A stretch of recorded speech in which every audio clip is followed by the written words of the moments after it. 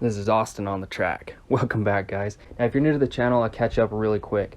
So I have a handful of videos about this trailer build where I started out with a brand new 8.5 foot by 24 foot enclosed trailer, and I converted it into a Toyhauler. Now I stripped all the wood out of it and then built it from the shell up into a Toyhauler with all the nice Toyhauler-like amenities. Now, since the build's been done, I've been making vlogs from all these other adventures that I've been going on. Some with the trailer, some without, but they're all pretty dope. A lot of them are kind of centered around razor stuff and camping, things like that. But anyways, if you want to check it out, just hop on the page and they're there. Anyways, back to it. So one of the first big projects I had to do was build a large aluminum door for the cargo bay in the front of the trailer. So I drew it all up on SolidWorks and then cut it out on the plasma table and then welded it all together and ground it down, mounted it. Check that out.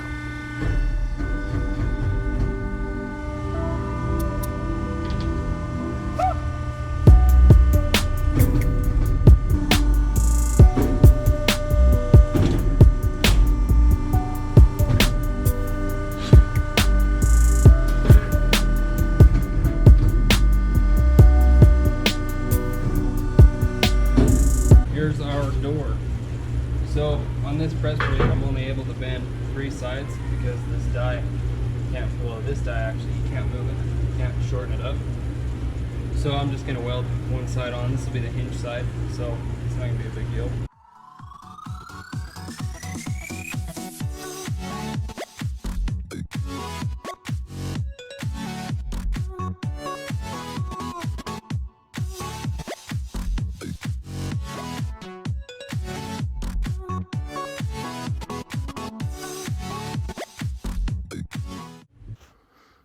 Okay, so I had to make a super funky little frame to make this door be able to sit flush against the outside of the trailer and be watertight at the same time. So I wanted an interior flange to put weather stripping on, and that's why you have the L on the inside. And then the outside is so that I can bolt it to the outside of the trailer. The bender doesn't really work very good for this type of project, so I'll have to weld a few seams on here. I'll have to weld the inside all the way around and then the outside strip on this edge. Okay, a little bit of a tech tip for you guys. If you're ever to use these bullet hinges, weld on hinges or whatever, if you were to just put these down right in the corner of your project and then weld them, it'll grind on this surface right here. So you want to make sure you raise it up just a hair.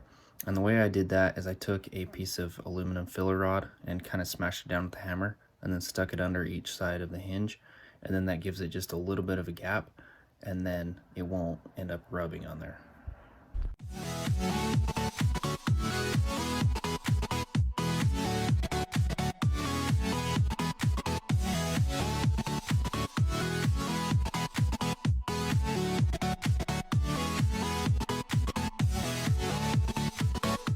My camera battery died before I was able to finish the door the other night when I was welding it up. So what you missed is I finished welding around on the opposite side. I welded this seam and the other seam for the interior ceiling flange. And then once I got that done, then I cut holes for these compression latches. Got those mounted in. Same thing on the other side. And gotta clean that marking off, and then so there's the welds all the way around, and then I had a weld on this tab right here for that latch to go onto. These are not too bad to install. The biggest thing is just like figuring out where to put the hole, like how much distance you have. But got those installed, so now we just got to clean it up and get it painted. The next step after getting my door all painted and built was to chop a giant hole in the side of my trailer. This was a little nerve-wracking because I mean this was a new trailer when I got it, but basically what I did is I took a Sawzall and a grinder and I cut the studs out, and then I went basically just flush with the floor and took a cutoff wheel and marked through the tin on the outside. I basically cut through and then went on the outside and finished cutting it all out. It kind of took a little while to get all that figured out, where I was going to put everything and then where I was going to rebuild the bracing to go around it, because I still had to frame it back in.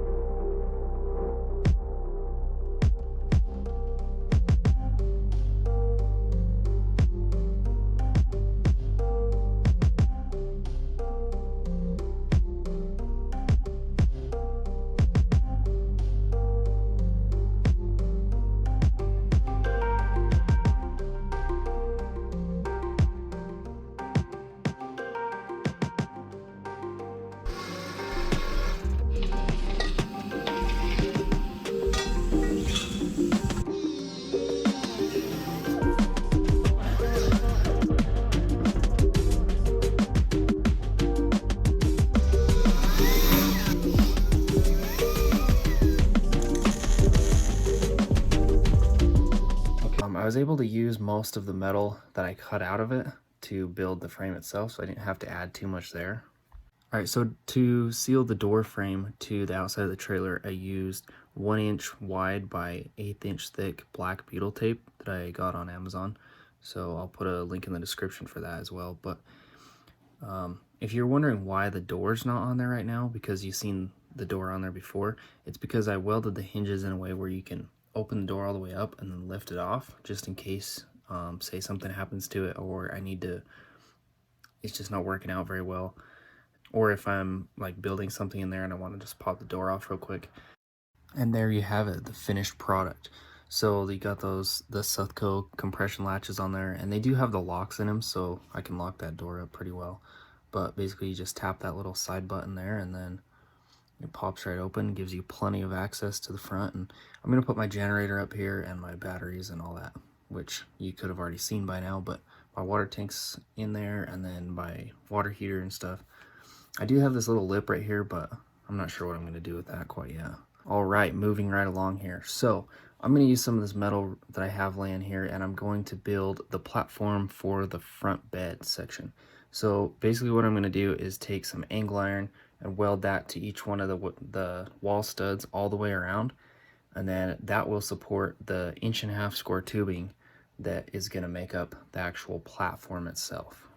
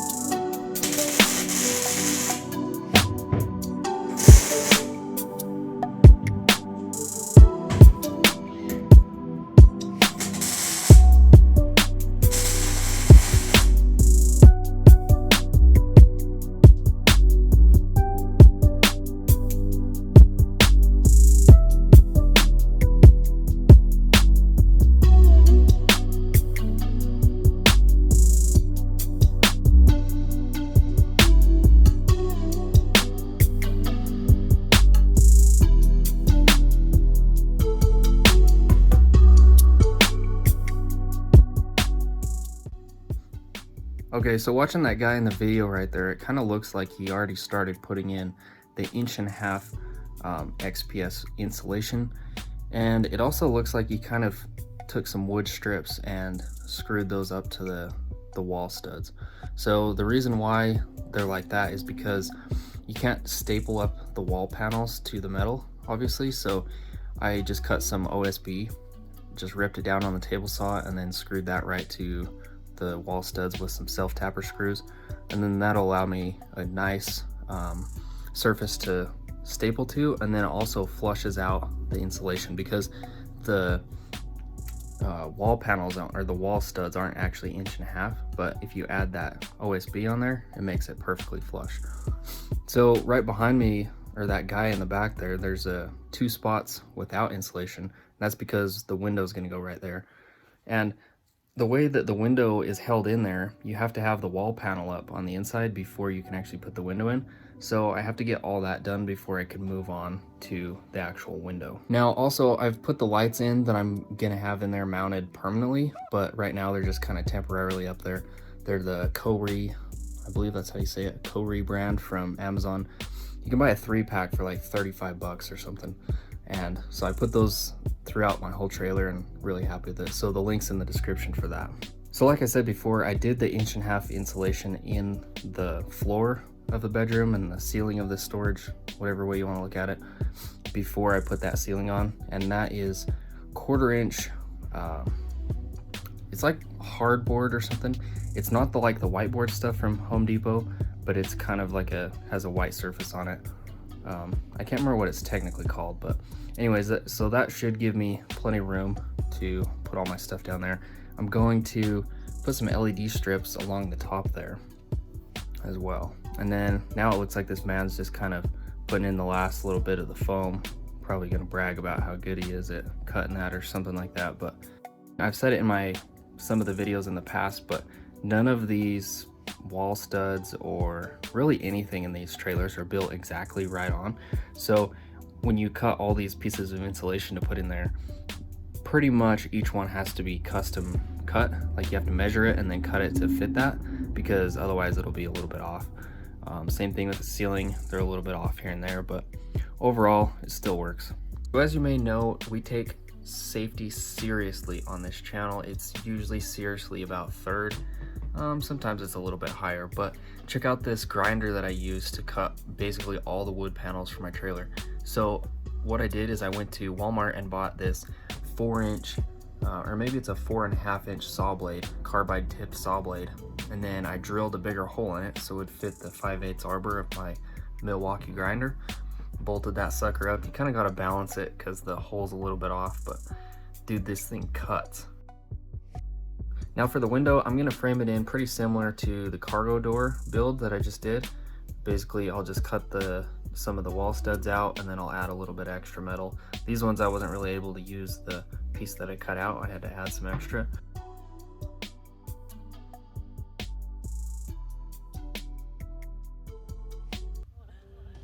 Now installing these windows is definitely a two-person job, because you have to cut everything out and then you have to hold the actual window in there and then come in from the inside and get the trim all fitting just right and then screw the two pieces together.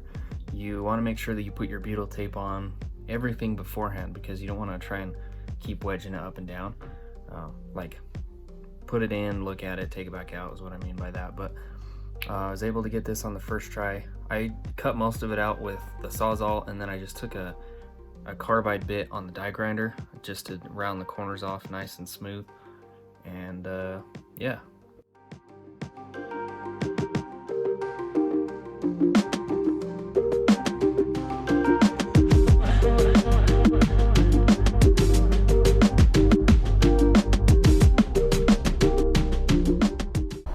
Alright guys, the next project I'm starting on is the sewer tank situation. So I bought this wastewater tank from Amazon. It's a 33 gallon, and then I also got these 3-inch Valterra valves with the cap on them. So this one's going to be for the gray water. It's going to go horizontally in the trailer right here, right underneath the shower and the sink. And then I'm going to use this because I'm going to build an aluminum tank for the black water. That's going to be right underneath the toilet. The very first thing we need to do is cut out a brace that goes underneath the trailer. They're only 16 inches apart, and I need it to be, I think this is 24. So I'm going to cut one of those out, build some mounts for the tank, and we'll get that put underneath the trailer.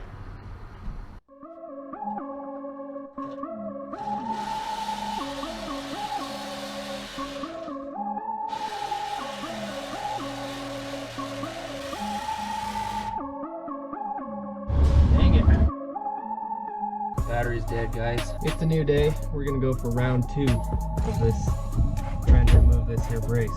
So my saw died, and then I couldn't really get up in here very good to finish that off. So came back with new tools. Went to work, got the plasma cutter. We're gonna see if we can get that out of there without catching the trailer on fire.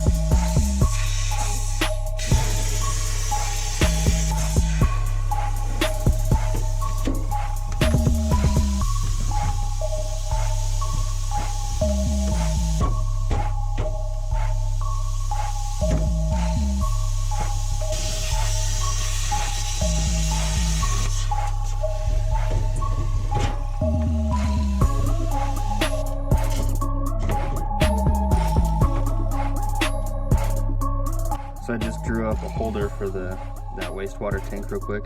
So basically this is gonna, there's all these screw holes on here. This is gonna bolt to the floor, or screw to the floor of the trailer, I guess.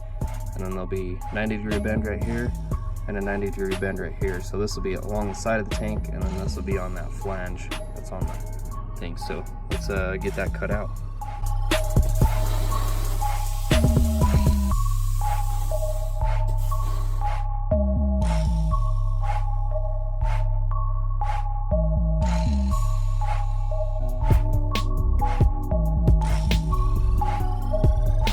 Getting ready to bend the second side support. So this one's actually going to bolt to the other frame underneath the trailer.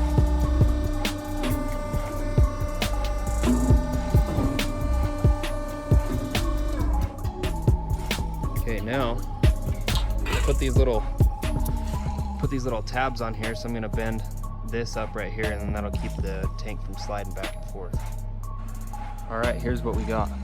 So this is gonna screw into the floor of the trailer from up underneath. It's gonna hold the tank on that side.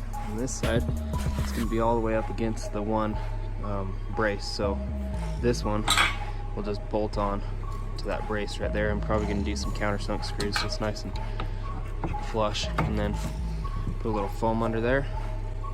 I just bent these tabs on here. They don't really gotta be perfect. I ended up leaving this one a little bit long. That's why there's a gap, just so I don't want it squeezing the tank too hard, just enough so it can't slide. I think it'll be good. So.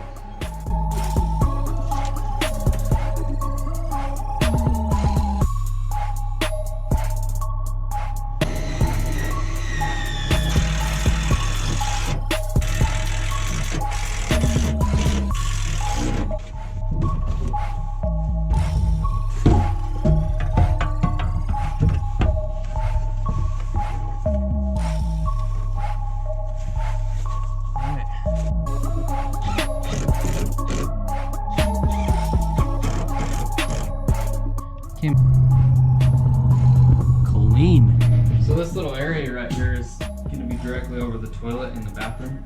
So I'm going to put a vent right here, and then we'll have a fan in it.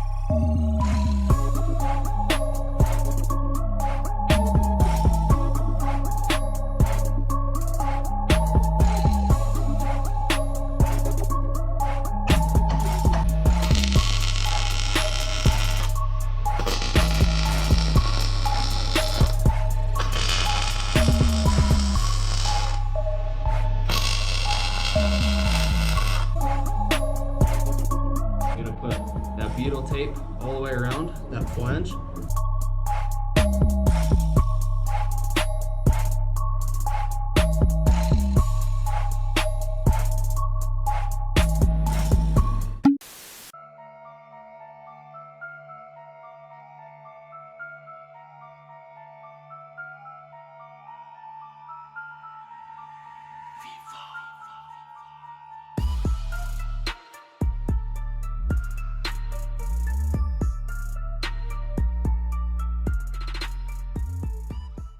When I got to the shower situation, that turned out to be quite the project, because I said before that the walls aren't straight or square, but this became really apparent when you have straight lines of the corrugated tin for your shower wall in there, and it has to get like a couple ribs over by the time it gets to the top.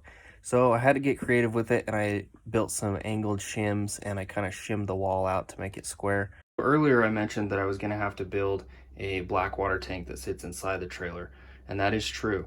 So basically there was no way to make the plumbing work directly from the toilet where it sits down through and then connect to a tank on the bottom. That's because the frame rail runs like directly underneath it, and you couldn't move the toilet one way or another, because otherwise the toilet would be all the way out here, or it wouldn't clear the wall in the back. I went ahead and bent this bottom piece. It's like a really slight bend right there, probably 1 degree. And then I was just starting to get it welded in. I went ahead and left 3/8 of an inch right here. That way it has a little bit of a slope down to the drain. And then I'm gonna weld on, my fitting right here.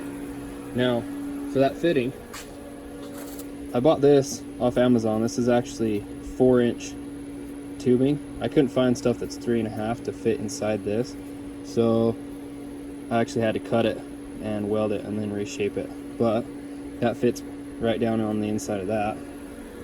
So I'm going to take this, weld it right over that hole, right like that, and then that will go through the floor, and then my valve will connect onto the other side of that little guy there. So that's why I had to put it inside, but it actually worked out pretty well, because raising it up gave me enough room to still drop down for the shower pan. It drops down about 1.5 inches, and I still have room for the P-trap in the shower pan, or I mean underneath the shower pan right there.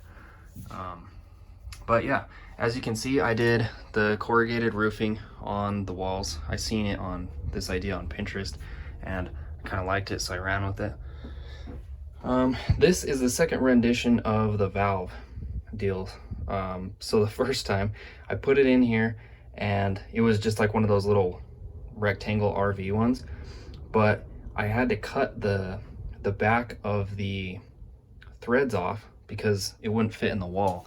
The wall's not super thick, and so when I cut that off, it just made it so it wouldn't seal. I couldn't get the fittings on the PEX pipe to seal onto the faucet itself. So, and of course, I put everything in. I put all these panels in. I like siliconed around it. I did all this stuff without even pressure checking it. And so when I hooked the water up to it the first time, turned it on to try it, and it just had a massive leak inside the wall. But I was able to take that back out. I scrapped that whole thing and I built a new mount for this residential style faucet. And this is a killer upgrade actually, because those RV ones are actually kind of gay because you have to turn the hot water on, turn the cold water on a little bit, and kind of finesse it back and forth until you get the right temperature. But this one, honestly, you just turn it to about right there and it's the perfect temperature every single time. You just, that's off, that's on, you're good to go. So it's pretty handy there. I'm super happy with that happened to me and I was able to upgrade it. Just took a little extra time, so make sure you pressure check stuff. And then for my shower curtain, it's just a standard shower curtain here, and I just got some chain from the hardware store and I just hooked that on. I originally had a shower rod in here, but the problem is with this being slick, it would just slide down, especially on like bumpy roads. I'd always come in here and it'd be on the ground. So I just went ahead and got a chain, and it's been working pretty good ever since. Coming back to the shower pan here, it's just an aluminum piece that I bent. It has a 2-inch flange that comes up from the bottom here, comes up 2 inches, and then that makes it so that the walls actually sit inside the pan, and then I just siliconed around the edge there. I bent a little cross break in it to get the water to flow towards the drain, and then it's just painted with automotive paint. It's like a matte finish with a little bit of a texture on it, but that kind of sums up the bathroom.